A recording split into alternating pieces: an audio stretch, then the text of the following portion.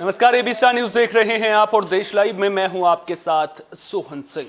देश लाइव में सबसे पहले बात करेंगे प्रधानमंत्री नरेंद्र मोदी की। दरअसल प्रधानमंत्री नरेंद्र मोदी ने स्वच्छ भारत मिशन के दूसरे चरण का आगाज कर दिया है।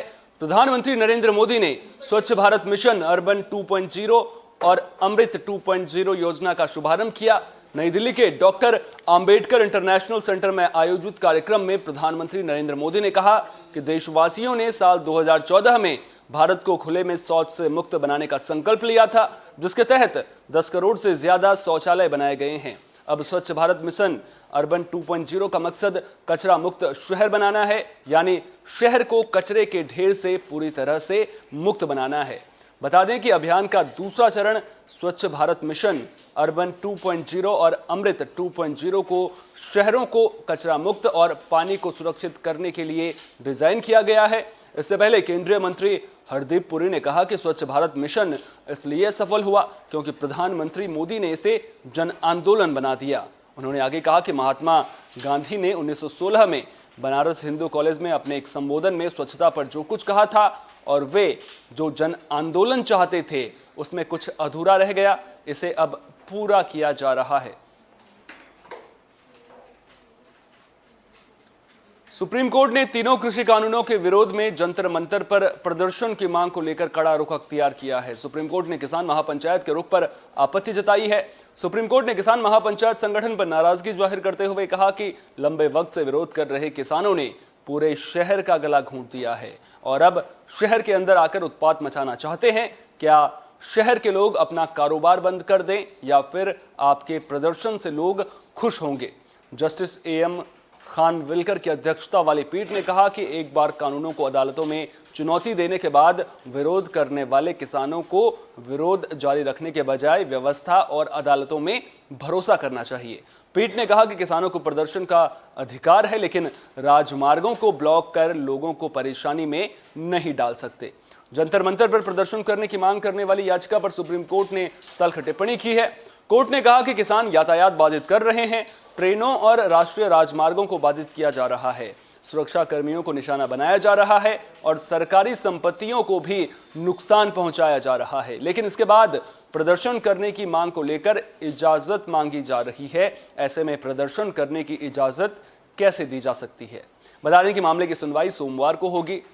सुप्रीम कोर्ट में याचिकाकर्ता किसान महापंचायत से पहले हलफनामा दायर कर यह बताने को कहा है कि उनका सीमाओं पर बैठे प्रदर्शनकारियों से कोई संबंध तो नहीं है। बता दें कि इससे पहले सुप्रीम कोर्ट ने सरकार से पूछा था कि सड़कों पर किसानों की नाकेबंदी को हटाने के लिए सरकार क्या कर रही है। सुप्रीम कोर्ट ने चिंता जताते हुए कहा कि सड़कों को हमेशा के लिए कब्जे में नहीं किया जा सकता है।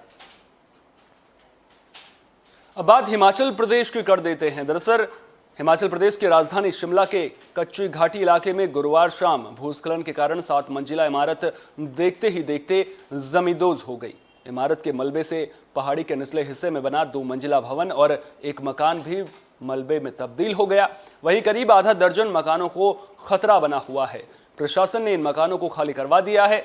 गिरने से पहले ही 7 मंजिला इमारत को खाली करवा लिया था और यहां रह रहे 8 परिवारों के लोगों को दूसरी जगह शिफ्ट कर दिया गया था। स्थानीय लोगों के मुताबिक करीब 2 हफ्ते पहले इमारत की नींव से मलबा खिसकने लगा था। इस इमारत के मालिक गुरमीत सिंह शिमला के राम बाजार में कारोबारी हैं। तो आप तस्वीरों में देख सकते हैं किस तरह से 7 मंजिला जो इमारत है वो देखते ही देखते भरभरा कर गिर गई और फिर देखते ही देखते जमींदोज हो गई।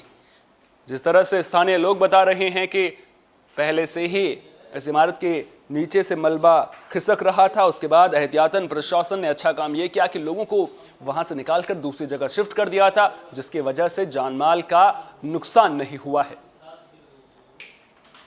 अब बात कोरोना की कर लेते हैं। दरअसल पिछले 2 दिन कोरोना के मामलों में गिरावट देखने को मिली थी। कोरोना के मामले 20,000 से कम आ रहे थे, लेकिन अब एक बार फिर कोरोना के आंकड़े डराने लगे हैं। बीते 24 घंटों में 26,727 मामले सामने आए हैं, वहीं 28,246 लोग ठीक हुए हैं। इस दौरान 277 लोगों की मौत हुई है। बात केरल की करें तो केरल में कोरोना संक्रमण के मामले थमने का नाम नहीं ले रहे हैं। पिछले 24 घंटों में यहां 15,000 से ज्यादा नए मामले सामने आए हैं, जबकि 122 लोगों की मौत हो गई है। केंद्रीय स्वास्थ्य मंत्रालय के सचिव राजेश भूषण ने बताया कि पिछले हफ्ते दर्ज किए गए कुल मामलों में से 55 से 60% से ज्यादा मरीज अकेले केरल में दर्ज किए गए। स्वास्थ्य मंत्रालय से मिली जानकारी के मुताबिक देश में कोरोना के 2,75,022 एक्टिव केस हैं, जबकि 3,30,43,144 लोग ठीक हो चुके हैं। वहीं 3,37,66,707 कुल मामले सामने आए हैं। भारत में अब तक कोरोना से 4,48,339 लोगों की मौत हो चुकी है। तो नए महीने की भी शुरुआत हो चुकी है, जिसके बाद बैंकिंग पेमेंट सिस्टम से लेकर कई तरह के नियम बदल गए हैं। ये सभी नियम रुपये पैसों के लेन देन और शेयर बाजार में ट्रेडिंग से जुड़े हुए हैं। 1 अक्टूबर से 3 बैंकों की चेकबुक और MICR कोड बेकार हो गए हैं। इन बैंकों में oriental bank of commerce, United bank of India और इलाहाबाद बैंक शामिल हैं। 1 अक्टूबर से ऑटो डेबिट का नया नियम लागू हो गया है। अब बैंकों और अन्य वित्तीय संस्थानों को हर बार 5,000 से ज्यादा राशि के किस्त या बिल पेमेंट के लिए ग्राहकों या यूजर्स से मंजूरी लेनी पड़ेगी। डिजिटल लाइफ सर्टिफिकेट से जुड़े नियम भी लागू हो गए हैं। अब देश के सभी बुजुर्ग पेंशन भोगी जिनकी उम्र 80 साल या इससे ज्यादा है, वे देश के सभी प्रधान कार्यालयों के जीवन प्रमाण केंद्र में डिजिटल जीवन प्रमाण पत्र जमा कर सकते हैं। इसके लिए 30 नवंबर तक का वक्त दिया गया है। दिल्ली में प्राइवेट शराब की दुकानें भी अब बंद हो गई हैं। 16 नवंबर तक सिर्फ सरकारी दुकानों पर शराब की बिक्री होगी। अब 17 नवंबर से नई नीति के तहत ही दुकानें खुलेंगी। देश लाइव में फिलहाल के लिए इतना ही। देश दुनिया की तमाम अहम खबरों के लिए आप देखते रहिए बी स्टार न्यूज। मुझे दीजिए इजाजत। नमस्कार।